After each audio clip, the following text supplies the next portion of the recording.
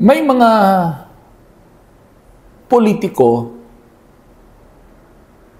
matapang, pero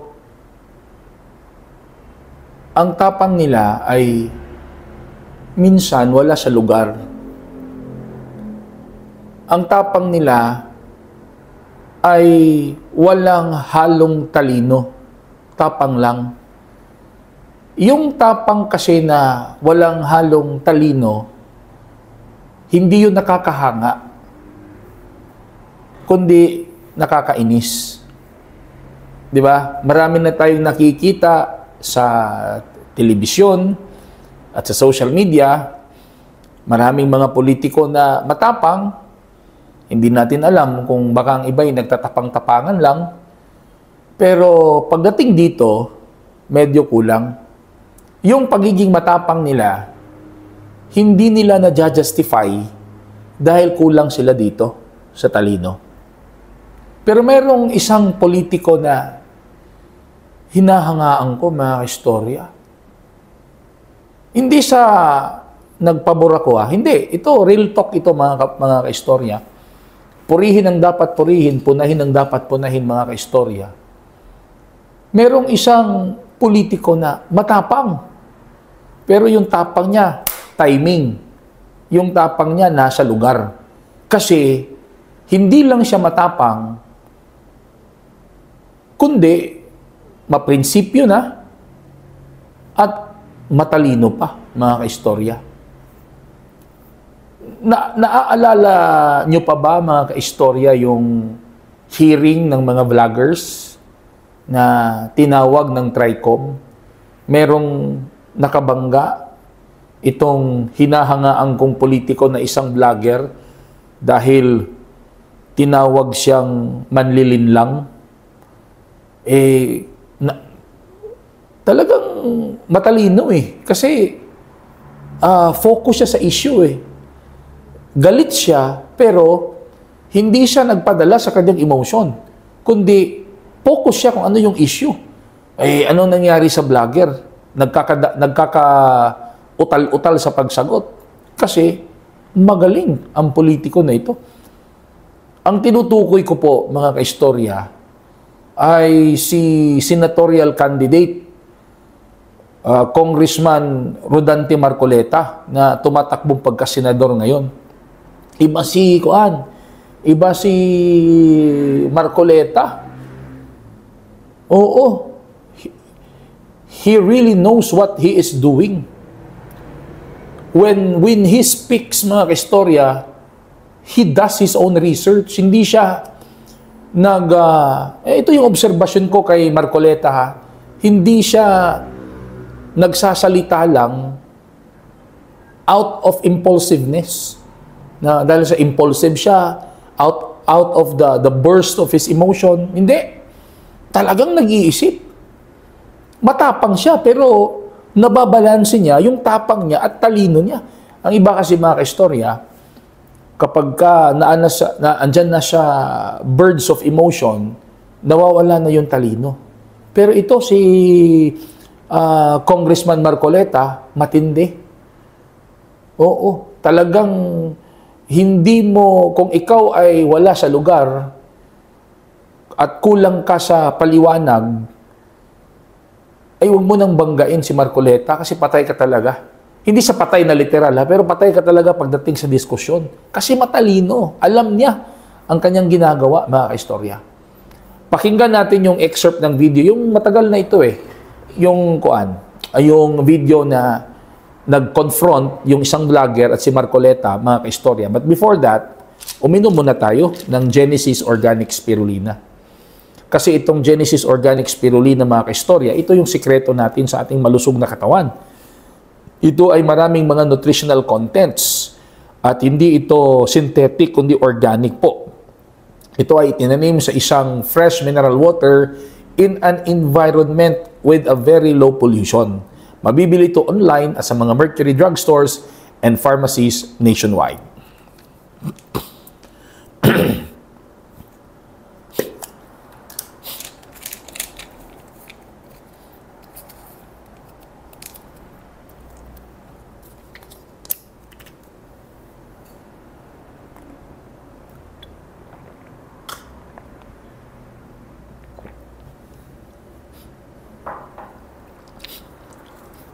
Genesis Organic Spirulina, mabibili online at sa mga Mercury Drug Stores and Pharmacies nationwide, ang tikalidad na spirulina ng bayan. Mga kaistorya, panoorin muna natin yung video. Medyo matagal na ito, pero hindi itong punto ko eh. Ang punto ko, sayang si Marcoleta kung hindi mapapasok sa Senado. Oo, hindi sa kinakampanya ko siya. Ito, real talk, I'm just being honest. Ako, as a voter, mga kaistorya, iboboto ko si Marcoleta. Yan ang kailangan natin. Yan ang klase ng politiko na kailangan natin. Panoorin mo natin yung video, mga istorya. Dapat yung Iglesia ni Cristo, kung talagang malaki yung mobilization nila, doon nila gawin sa luneta, huwag sa liwasan. Yun yung kasi, pag sa liwasan... Atty, huwag mong nililihis ang usapan, ano? Ang pinag-usapan yung panlilin lang na sinasabi mo at pakulo. Walang kinalaman yung rally ng INC dito. Doon ko po kita, Honorable Congressman... Anong panlilin lang ginawa ko doon sa rally? Yung po yatang speech nyo doon sa... Hindi pa yata, kailangan siguruhin mo. Nagsalita ko doon, anong parte ng speech ko ang nilinlang ko ang mamamayang Pilipino? Honorable Congressman Marco, yung reaction ko po yata yung speech nyo po doon sa ano state. nga, kung alam mo yung speech ko, ano yung panlilin lang doon? Ikaw ang nagbablog, eh, oh. Basta po tungkol po talaga yung naging topic ko po kayo tungkol doon sa rally ng Ano nga yung sinabi ko sa rally na nanilang ako ng Pilipino? Wala ka man lang maisip? Ito yung uri mo na hindi kailangan talagang nagbablog, eh. Nami-mislead mo yung mga tao, nililin lang mo yung mga tao. Ang dahilan ay hindi mo man lang masabi kung ano yung aking mga panlilang na sinasabi mo rito. Ano po kasi... Isip-isipin mo, bigla ka na lang gagawa ng isang vlog na ngayon itatanungin kita ng diretso, wala ka man lang masabi kahit isang panlilin lang. Kasi sabi ko, ang totoong statesman, ang paninindigan niya para sa bayan. Hindi ko nakita kay Congressman Marcoleta na ang mga paninindigan niya sa issue ay para sa bayan. So, honest opinion ko po yun. Wala kang masabi na panlilin lang, eh. Ang sinasabi mo ngayon, opinion, eh. Pero ikaw, sinabi mo, eh, nanlin lang ako, eh. Ngayon, ang sinasabi mo, may opinion ka, nanlin lang. Wala kang masabi ngayon kung ano-anong ginawa ko para manlin lang ako ng Pilipino. Hindi ka abogado, eh. Hindi opinion ito. Mr. Chair? Yes, sige. Okay na po siguro. Kasi marami pa sigurong pag-usapan. Ikaw ang manlilin lang. Okay. Mr. Chair, I move that he be cited for contempt. Okay. This program is brought to you by Genesis Organic Spirulina, ang dekalidad na spirulina ng bayan. Available online at sa mga Mercury Drug Stores and Pharmacies nationwide. Nakita nyo, mga kaistorya, galit na si Marcoleta kasi sinabihan siyang manlilin lang. Pilit man siyang nililito ng vlogger, mga kaistorya, pero focus si Marcoleta. Oo, sabi niya, sinabi mong ako'y manlilin lang. Saang banda? Saan sa sinabi ko na nanglinlang ako ng tao? Kasi, yun ang problema mga istorya. Kaya, tayong mga vloggers ay nasisira dahil sa ibang mga vloggers na irresponsable kung maglabas ng kanilang opinion.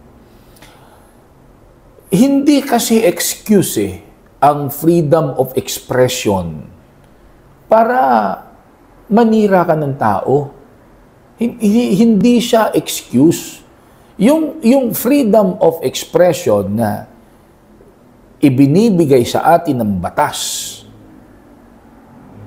para yun sa ikabubuti ng ating kapwa-tao at ng kabuuan ng ating bansa.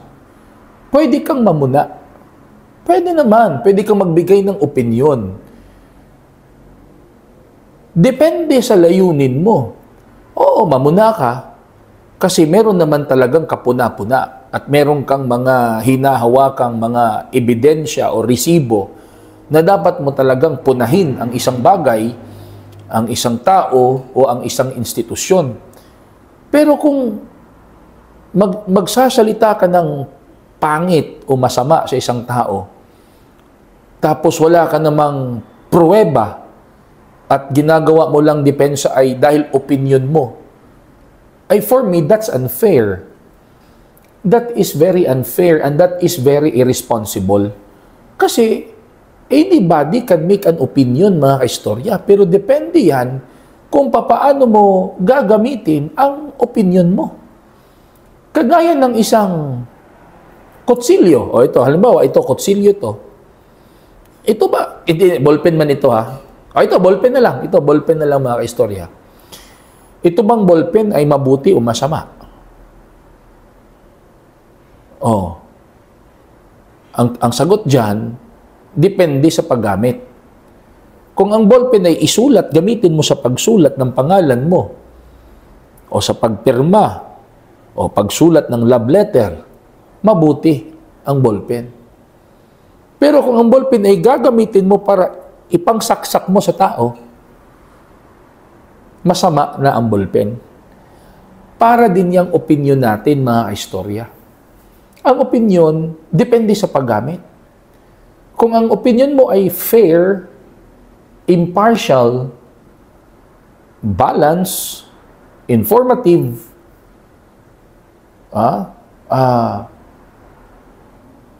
palagay na lang natin criticize pero constructive para mabago ang isang bagay, ang isang pagkakamali, ay hindi masama ang opinion, mga istorya.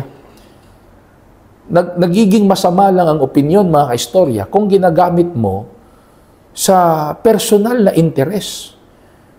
Halimbawa, isang vlogger, binayaran ng kabilang kampo, ito, bayad ko sa iyo. 1,000,000. Siraan mo si ganito, ha? Sa vlog mo. Siraan mo, ha? Siraan mo. Ito, 1,000,000 yan, ha? Ay, napakasama niyan, mga kaistorya. Yun ang masamang paggamit ng opinyon.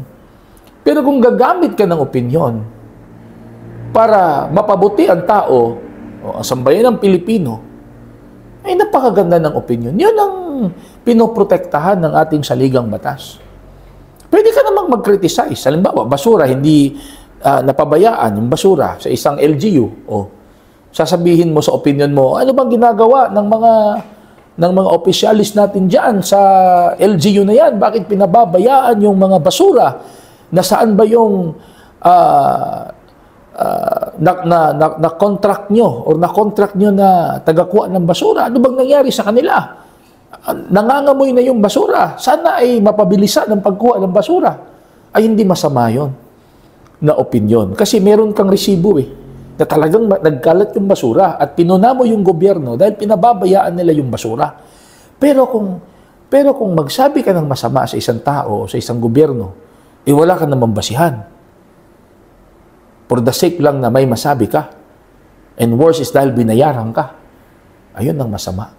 Kaya doon galit na galit si Marcoleta sa vlogger. Hindi ko sinasabi yung vlogger binayaran na, pero galit si Marcoleta sa vlogger na yon kasi meron siyang sinabi kay Marcoleta na wala siyang ipinakitang ebidensya o resibo. Bakit niya sinabi yun? Yung sinabi niyang manlilin lang daw si Marcoleta. Diba? Kung makikita niyo sa video, sinabi ni Marcoleta, o saan sa sinabi ko na nanlin lang ako?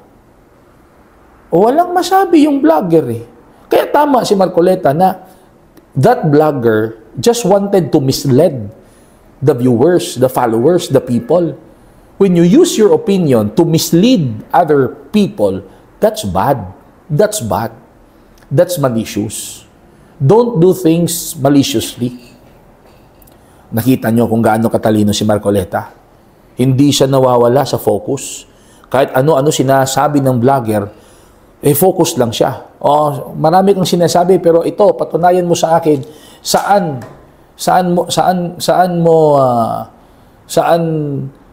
sa statement ko na nanling lang ako ng tao. Wala Walang masabi. Kaya mga kaistorya, napakasayang po kung hindi mabibigyan ng pagkakataon ng taong ito. Bihira lang minsan na nating napakawalan ang namayapang Senadora Miriam Santiago. Nakikita ko si Marcoleta kay Miriam Santiago Oo. Diyan sa Senado na yan, kailangan natin ng mga matatalino at matatapang. Yung isang tao na talagang tatayo at hindi matatakot kahit sino pa ang kaniyang masasagasaan as long as nasa tama siya, nasa batas siya, nasa panig siya ng Diyos, maninindigan. Yan ang nakikita ko kay Marcoleta, mga kaistorya. Ano masasabi niyo, mga kaistorya, sa pinag-usapan natin ngayon? Again, wala akong pinapanigan. Wala. Ito opinion ko lang, mga kaistorya. Bilang isang botante. Bilang isang botante. Gusto ko lang magpahayag ng nakikita ko. Pwede kayong mag-disagree sa akin. Write your comments below. At kung ikaw ay bago pa lang sa aking YouTube channel, please don't forget to subscribe. At kung ikaw may nanonood sa aking TikTok account or Facebook account, please don't forget to follow. Hanggang dito na lamang po at maraming salamat sa inyong lahat.